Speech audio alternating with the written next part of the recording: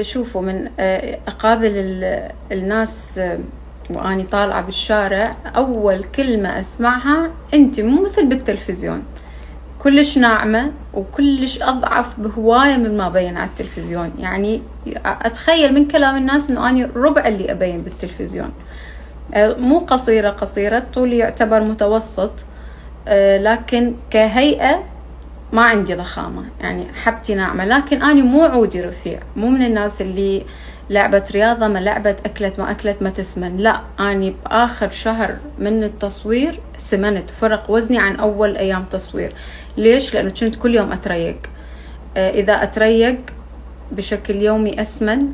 نمنمات، ما نمنمات نادرا ما يعني أكل أتشباس وبيبسي ونساتل.